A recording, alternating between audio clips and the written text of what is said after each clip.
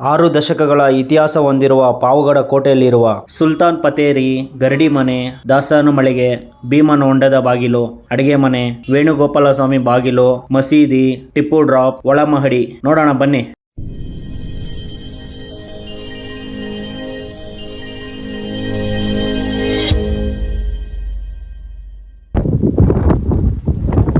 Friends ನೋಡಿ, ಹಾಳಾಗ್ತಿರುವಂತಹ ಕೋಟೆ ಗೋಡೆಗಳು ನೋಡಿ. ಆಗಿನ ಕಾಲದಲ್ಲಿ ಯಾವ ರೀತಿಯ ಮಣ್ಣಿನಲ್ಲಿ ಕೋಟೆ ನಿರ್ಮಿಸಿದ್ರು ನೋಡಿ. ಆಪೋಸಿಟ್ ಗಾಳಿ ಬರ್ತಾ ಇದೆ ಒಮ್ಮೆಲ್ಲ.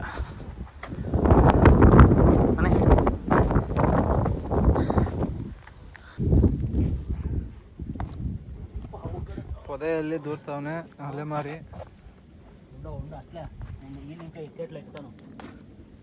దిగేదే తీస్తా ఉండ. ಇಲ್ಲೇನಾದರೂ ಬಿದ್ದರೆ ಏನೇನೂ ಇಲ್ಲ.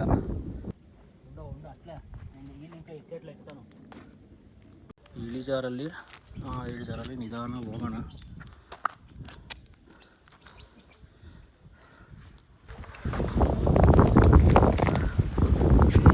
ಕೊಠಡಿ ಏನು ಇಷ್ಟೇ, ಇವೆಲ್ಲ ಕಲ್ಲುಗಳಲ್ಲಿ ಕಟ್ಟಿರೋ ಗೋಡೆಗಳು. ಏನು ದಾರಿ ಇಲ್ಲ, ನಾವು ಮತ್ತೆ ಆ ದಾರಿಗೆ ಹೋಗ್ಬೇಕಾಗುತ್ತೆ.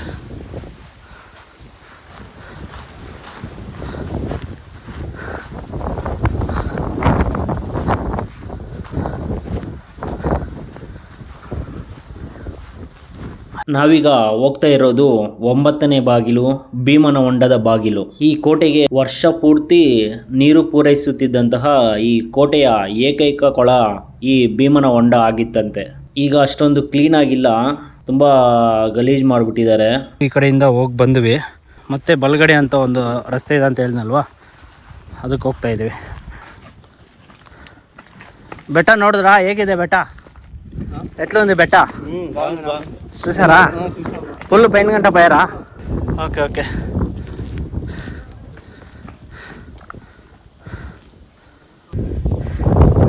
ಒಂದು 80% ಕೋಟೆ ಹತ್ರ ನೋಡಿ ಹೇಗಿದೆ ಅಂತ.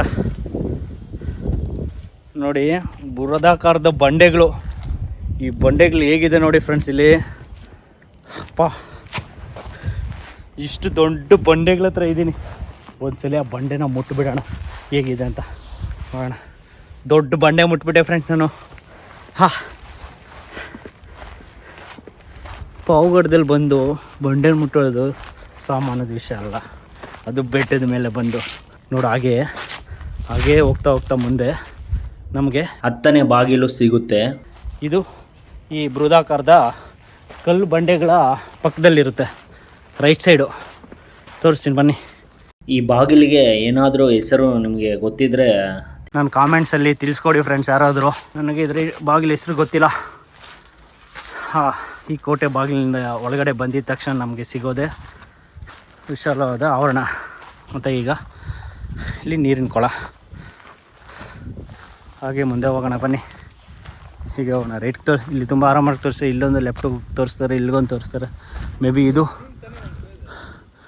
ಆ ಟವರ್ ಮೇಲೆ ಹೋಗೋದಕ್ಕೆ, ಅದು ವಾಚಿಂಗ್ ಟವರು. ಇಟ್ಲು ಬದಮ್ರ ನೋಡಿ,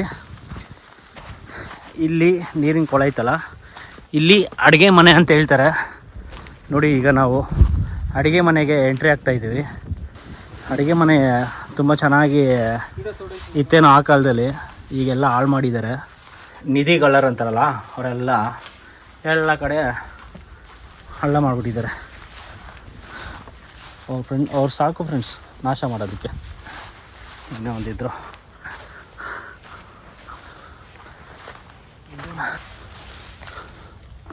ಕೋಣೆ ಸಿಗುತ್ತೆ, ಏನಂತ ಗೊತ್ತಿಲ್ಲ ನೋಡಿ. ಇದೆಲ್ಲ ಪಿರಂಗಿಗಳು ಇಡ್ತಾ ಇದ್ದಿದ್ದ ಜಾಗ ನೋಡಿ ಫ್ರೆಂಡ್ಸ್. ಇದು 1, 2, 3 ಈ ಕಡೆ ಎಲ್ಲ ವಾಚಿಂಗ್ ಟವರ್ ಅಂತಲ್ಲ, ಇಲ್ಲಿ ಪಿರಂಗಿಗಳು. ಬನ್ನಿ ಹಾಗೆ ಮುಂದೆ ಹೋಗೋಣ. ಆದರೂ ಈ ಕಲ್ಲು ಬಂಡೆಗಳನ್ನ ಹತ್ತಬೇಕು. ಬನ್ನಿ ಫ್ರೆಂಡ್ಸ್, ಹತ್ತೋಣ.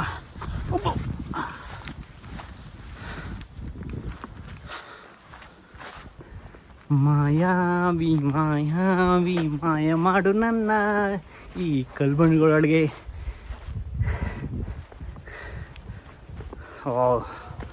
ಫ್ರೆಂಡ್ಸ್ ನೋಡಿ ಫ್ರೆಂಡ್ಸ್, ಇಲ್ಲಿ ಯಾವ ಥರ ಇದೆ ಅಂತ ಎಕ್ಸ್ಟ್ರಾರ್ಡಿನರಿ.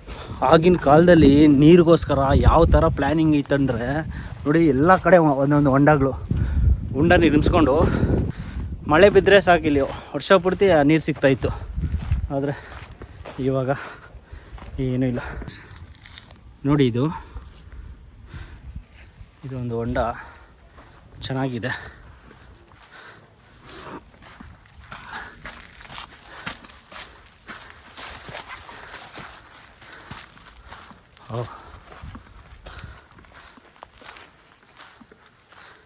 ನೋಡಿ ಫ್ರೆಂಡ್ಸ್, ಇದು ಊಟದಲ್ಲಿ ಅಡುಗೆ ಮನೆ ಅಂತಾರಲ್ಲ ನೋಡಿ, ಭಾಳ ವಿಶಾಲವಾದ ಅಡುಗೆ ಮನೆ ನೋಡಿ ಯಾವ ಥರ ಇದೆ ಅಂತ.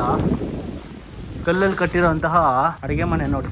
ಈ ಕಡೆ ಏನಿಲ್ಲ ಫ್ರೆಂಡ್ಸ್, ಆ ಕಡೆ ಹೋಗೋಣ ಬನ್ನಿ. ಹಾಗೆ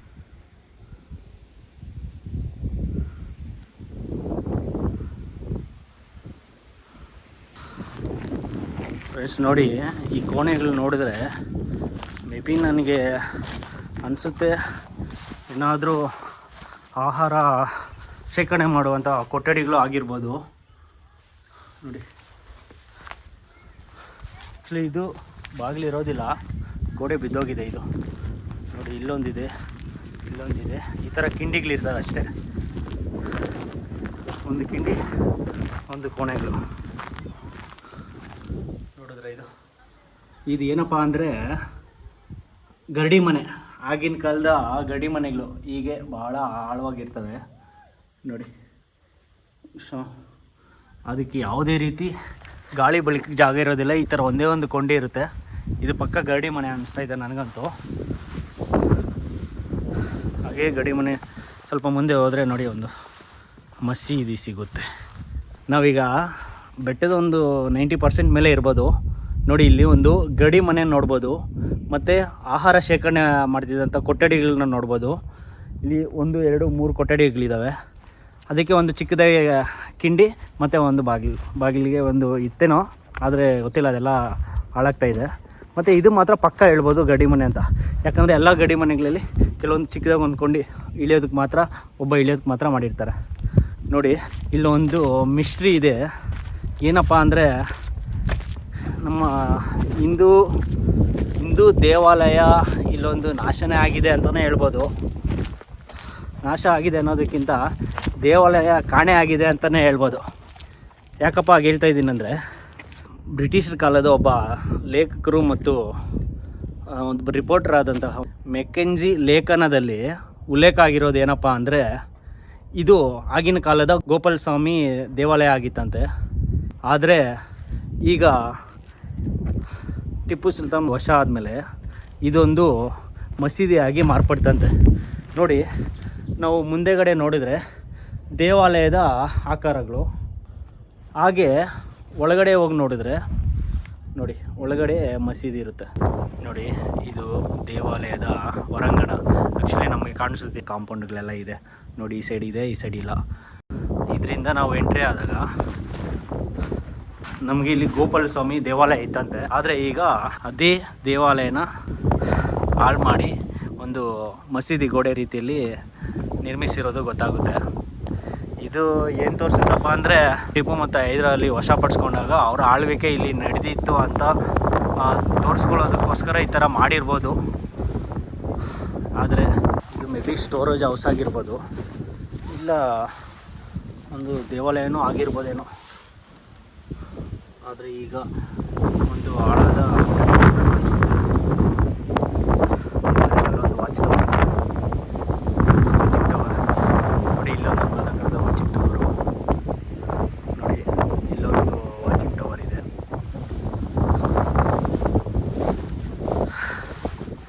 ಫ್ರೆಂಡ್ಸ್, ಇದು ಗೋಪಾಲ ಸ್ವಾಮಿ ದೇವಸ್ಥಾನ. ಮೊದಲು ದೇವಸ್ಥಾನ ಇದ್ದಿದ್ದಲ್ಲ, ಇವಾಗ ಮಸೀದಿ ಮಾಡಿದ್ದಾರೆ. ತುಂಬ ಬೇಜಾರಾಗುತ್ತಲ್ಲ ಇದನ್ನೆಲ್ಲ ನೋಡಿದಾಗ ನಮಗೆ. ಹೌದು ನೋಡಿ, ಮಸೀದಿ ಯಾವ ರೀತಿಯಲ್ಲಿ ನೋಡಿದ್ರು ಮಸೀದಿ ಅಲ್ಲ ನೋಡಿ. ಇದೆಲ್ಲ ಕಲ್ಲುಗಳು ನೋಡಿದ್ರೆ ದೇವಸ್ಥಾನದ ಕಲ್ಲುಗಳು. ಇದು ದೇವಾಲಯಗಳನ್ನು ನೋಡಿರ್ಬೋದು, ದೇವಸ್ಥಾನದ ಆವರಣಗಳು ಈ ಥರನೇ ಕಲ್ಲು ಕೆತ್ತಿರೋದು.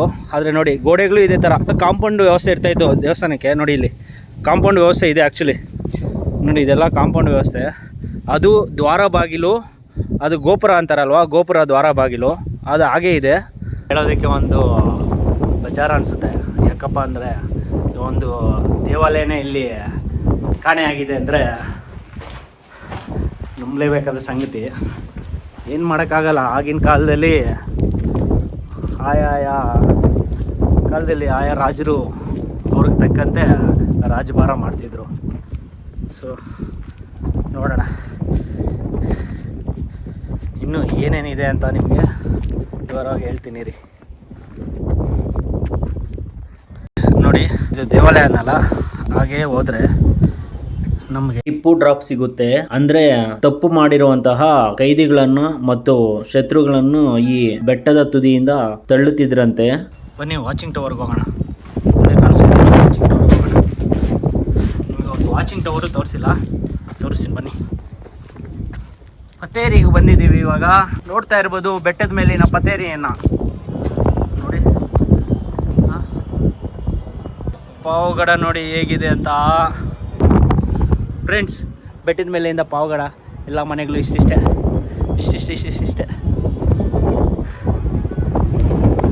ನೋಡಿ ಫ್ರೆಂಡ್ಸ್, ಈ ಪಾವಗಡ ಕೋಟೆ ಎಷ್ಟು ಸಖತ್ತಾಗಿದೆ. ಮಾಡಕ್ಕೆ ಕೆಲಸ ಇಲ್ಲ ಫ್ರೆಂಡ್ಸ್ ಇವ್ರಿಗೆ. ನಮ್ಗಿಲ್ಲ ಬಾ ಶೆಟ್ಗಳಪ್ಪ, ಕುಂಟೆ ಬೆಲ್ಲ ಆಡೋಣಪ್ಪ. ನೋಡಿ ಇಲ್ಲಿ ದ್ವಾರ ಬಾಗಿಲಲ್ಲಿ ಆನೆಗಳ ವಿಗ್ರಹಗಳು ಇದ್ದಿದ್ದು, ಕಲ್ಲಿನ ವಿಗ್ರಹಗಳು ನೋಡಿ. ಅಲ್ಲೊಂದು ಬೆಂಡಾಗಿದೆ, ಇಲ್ಲೊಂದು ಬಿದ್ದೋಗಿದೆ. ಮೇ ಬಿ ಇಲ್ಲಿ ಎಂಟ್ರೆನ್ಸ್ ಇತ್ತೇನೋ, ಹೀಗೆ ಎಂಟ್ರಿ ಇಲ್ಲಿಂದ ಇಳ್ಕೊಬರ್ಬೇಕಾಗಿತ್ತೇನೋ. ಸೊ ಹಾಗೆ ನೋಡಿ, ಇದು ಬೆಟ್ಟದ ಮೇಲೆ ಹೋಗೋ ಜಾಗ. ಆ್ಯಕ್ಚುಲಿ ಇಲ್ಲಿ ರೈಟ್ ಹೋಗುತ್ತೆ. ರೈಟೆಲ್ಲ ಹೋದಾಗ ಒಂದು ನಾವು ತೋರಿಸ್ತೀವಲ್ಲ ಈಗ, ಗೋಪಾಲ ಸ್ವಾಮಿ ದೇವಾಲಯ, ಇಲ್ಲಾಂದ್ರೆ ಮಸೀದಿ, ಆಮೇಲೆ ಊಟ ಕೋಣೆಗಳು, ಅಡುಗೆ ಕೋಣೆಗಳು, ಜಿಮ್ಮು ಎಲ್ಲ ಅಲ್ಲಿಗೆ ಹೋಗುತ್ತೆ.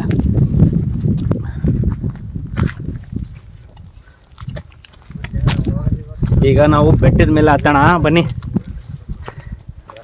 ನೀವು ನೋಡ್ತಾ ಇರ್ಬೋದು, ನಮಗೆ ಸ್ನೇಹಿತರು ತುಂಬ ಜನ ಬಂದಿದ್ದಾರೆ ಇಲ್ಲಿ. ಇವರೆಲ್ಲ ಆಲ್ರೆಡಿ ಬೆಟ್ಟ ಹತ್ಕೊಂಬಂದರು, ಮತ್ತೆ ಒಂದ್ಸಲಿ ನಮಗೋಸ್ಕರ ಬರ್ತಾಯಿದ್ದಾರೆ. ಯಾವ ಕಡೆ ಹೋಗೋದು ಅನ್ಸಿ ಎಲ್ಲ ನೋಡಿ. ಎಲ್ಲ ಇದೊಂದು ಇದೆಯಲ್ಲ, ಈ ಮುಳ್ಳಿನ ಗಿಡಗಳು ಎಲ್ಲ ಹಾಳು ಮಾಡಿಬಿಡ್ತಾ ಇದ್ದಾವೆ. ಹತ್ತೋದಕ್ಕಾಗಲ್ಲ. ಇಲ್ಲೊಂದು ಸ್ವಲ್ಪ ಒಂಥರ ಕಿರಿದಾಗಿರುತ್ತೆ ನೋಡಿ. ಹತ್ತೋದು ನೋಡಿ ಹೇಗಿದೆ ನೋಡಿ. ಗುಹೆಲ್ಲ ಹತ್ತುತ್ತಾ ಇದ್ದಾರೆ.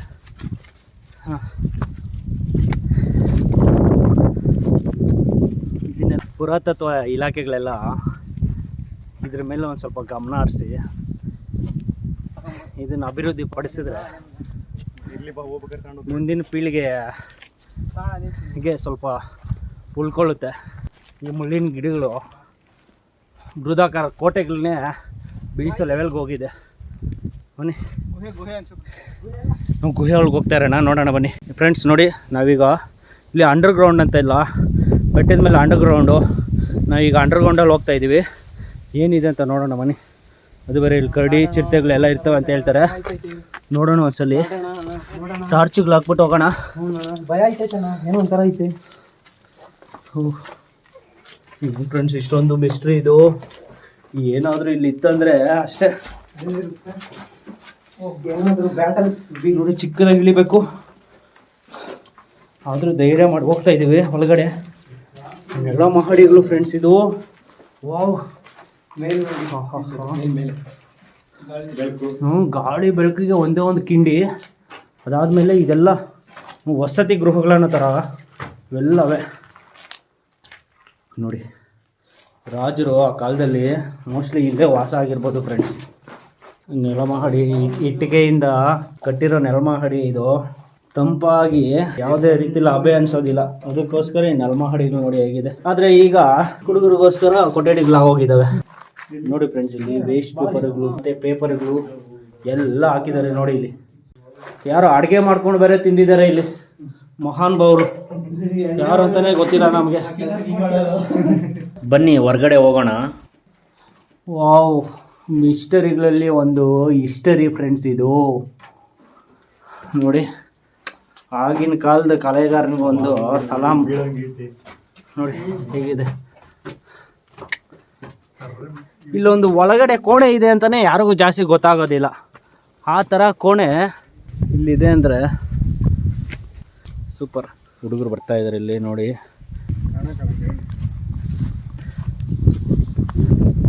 ಅಲ್ಲೇನಿದೆ? ಅದೇ ಅದ್ರ ಮೇಲೆ ಏನಾದರೂ ಕಟ್ಟಿರ್ತಾರೆ ಇಟ್ಕೆಯಲ್ಲಿ, ಇವಾಗ ಹಾಳಾಗಿ ಹೋಗಿರುತ್ತೆ ಅಷ್ಟೇ.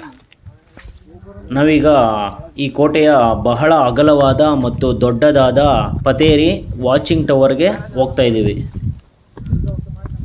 ನೋಡಿ ಫ್ರೆಂಡ್ಸ್, ನಾವು ಕೋಟೆಯ ತುದಿಗೆ ಬರ್ತಾ ಇದ್ದೀವಿ. ಇನ್ನೇನು ಕೆಲವೇ ಕ್ಷಣದಲ್ಲಿ ಕೋಟೆನ ರೀಚ್ ಆಗಿ ಹೋಗ್ತಾ ಇದ್ದೀವಿ. ನೋಡಿ, ವಾವ್!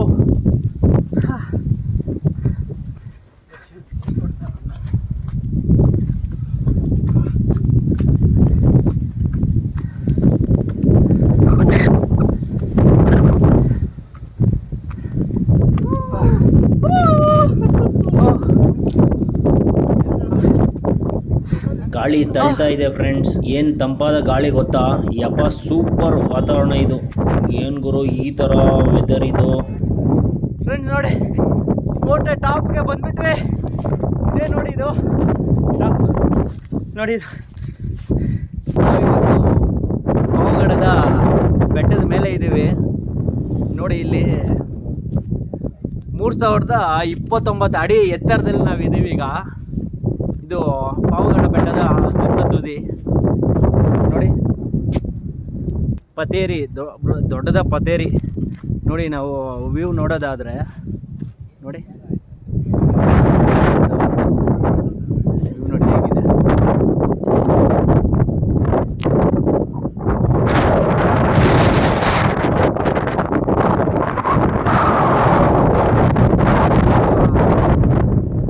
ಬೆಟ್ಟದ ಮೇಲೆಯಿಂದ ಪಾವಗಡ ನೋಡಿ ಫ್ರೆಂಡ್ಸ್ ಯಾವ ಥರ ಕಾಣಿಸ್ತಾ ಇದೆ.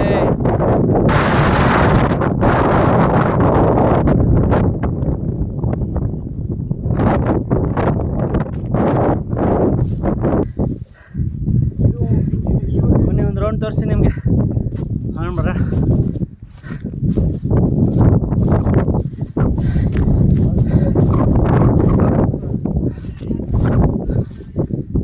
ಟಿಪ್ಪು ಸುಲ್ತಾನರ ಕಾಲದ ವಾಚಿಂಗ್ ಟವರ್ಗೆ ನಿಮಗೆಲ್ರಿಗೂ ಸ್ವಾಗತ ಸುಸ್ವಾಗತ.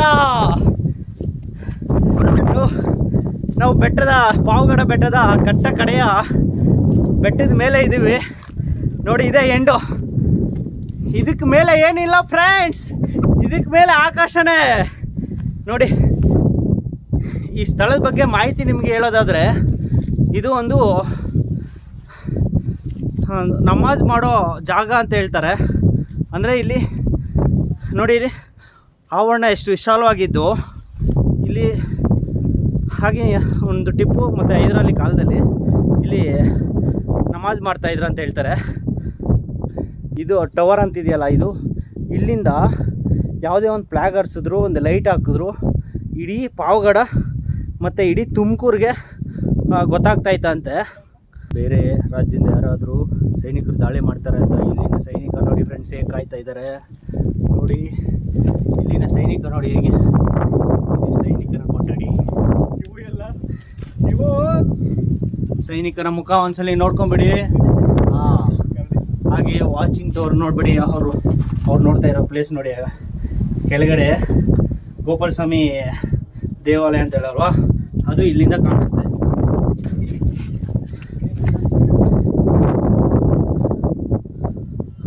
ನೋಡಿ ಫ್ರೆಂಡ್ಸ್, ನಾವು ಇಲ್ಲಿಂದ ನೋಡಿದ್ರೆ ಅಡುಗೆ ಮನೆ, ಜಿಮ್ಮು ಮತ್ತು ಆಹಾರ ಕೊಠಡಿಗಳು, ಆಮೇಲೆ ಅಲ್ಲಿಂದ ಮೇಲೆ ಇದೆಯಲ್ಲ ಪತೇರಿ, ಅಲ್ಲೊಂದು ಪತೇರಿ ಇದೆ. ಆ ಥರ ಪತೇರಿಗಳು ಇಲ್ಲಿ ಕೋಟೆ ತುಂಬ ಸಿಗ್ತವಂತೆ.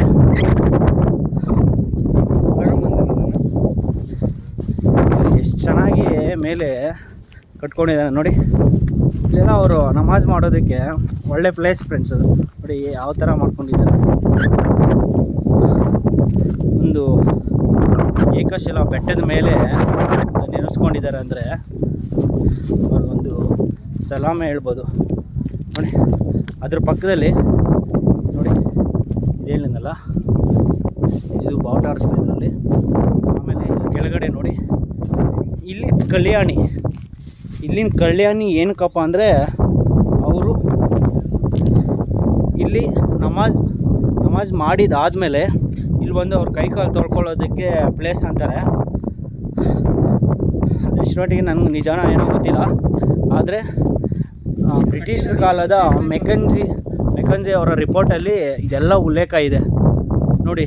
ಇಲ್ಲಿನ ಸೈನಿಕರ ಕೊಠಡಿಗಳನ್ನ ನೋಡಿ ಒಂದ್ಸಲಿ. ಸೈನಿಕರ ಕೊಠಡಿಗಳು ನೋಡಿ. ಹಾಂ ನೋಡಿ ಫ್ರೆಂಡ್ಸ್ ಹೇಗಿದೆ. ಕಾಲು ಹಾಕ್ಕೊಂಡು ಒಬ್ರು ಕಾಲನ್ನ ಇಟ್ಕೊಂಡು ಮಲ್ಕೋಬೋದು ಅಷ್ಟೇ. ಎಲ್ಲ ಸೈನಿಕರ ಕೊಠಡಿಗಳು. ಅಲ್ಲಿ ಸರಿಯಾಗಿ ಕಾಣಿಸೋದಿಲ್ಲ, ಬನ್ನಿ ಈ ಕಡೆ ತೋರಿಸ್ತೀನಿ. ಇಲ್ಲೊಂದು ತೋರಿಸ್ತೀನಿ.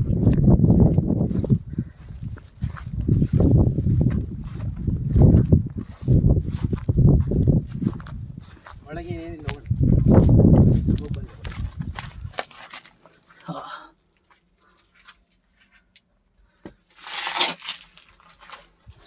ಇದು ಗುಹೆಗಳು ಫ್ರೆಂಡ್ಸ್. ಇದು ಫುಲ್ ಇದೆ. ಲೈಟ್ ಹಾಕಿದ್ರೆ ಚೆನ್ನಾಗಿರುತ್ತೆ, ಚೆನ್ನಾಗಿ ಕಾಣಿಸುತ್ತೆ. ಟಾರ್ಚನ್ನು ಇದ್ರೆ ಕೂಡ ಆರಾಮಾಗಿ 2-3 ಸೈನಿಕರು ಆರಾಮಾಗಿ ಮಲಗ್ಬೋದು. ಹಾಂ ನೋಡಿ ಫ್ರೆಂಡ್ಸ್, ಅಲ್ಲಿ ಅವ್ರು ರೆಸ್ಟ್ ತಗೊಳ್ಳೋದಕ್ಕೆ ಸೈನಿಕರು ಯಾರಾದರೂ ನೋಡಿ ಇಬ್ಬರು ಮಲಗ್ಬೋದು ಇಲ್ಲಿ. ಆಮೇಲೆ ಇಲ್ಲೊಂದು 2 ಮಲಗ್ಬೋದು.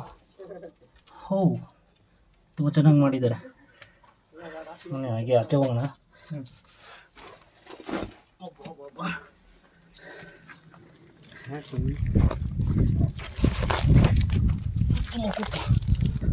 ಆಗಿನ ಕಾಲದಲ್ಲಿ ಯಾವ ಬಾವುಟ ಯಾರು ಏನು ಆರಿಸಿದ್ರು ಗೊತ್ತಿಲ್ಲ. ಆದರೆ ಇವಾಗ ನಾವು ಒಂದು ಬಾವುಟ ಇಲ್ಲಿ ಆರಿಸ್ತೀವಿ ನೋಡಿ. ಏನಪ್ಪ ಅಂದರೆ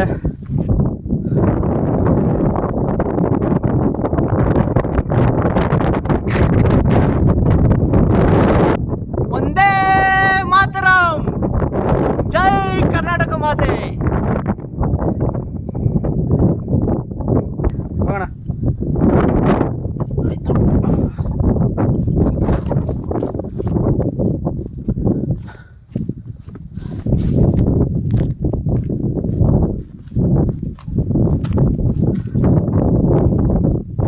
ಮಮ್ಮಿ, ನಾನು ಪಾವಗಡ ಕೋಟೆಯಲ್ಲಿದ್ದೀನಿ.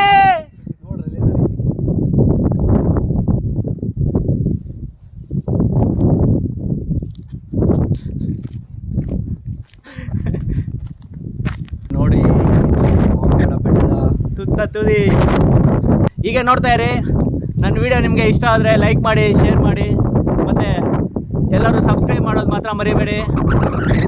ಟೇಕ್ ಕೇರ್, ಬಾಯ್ ಬಾಯ್.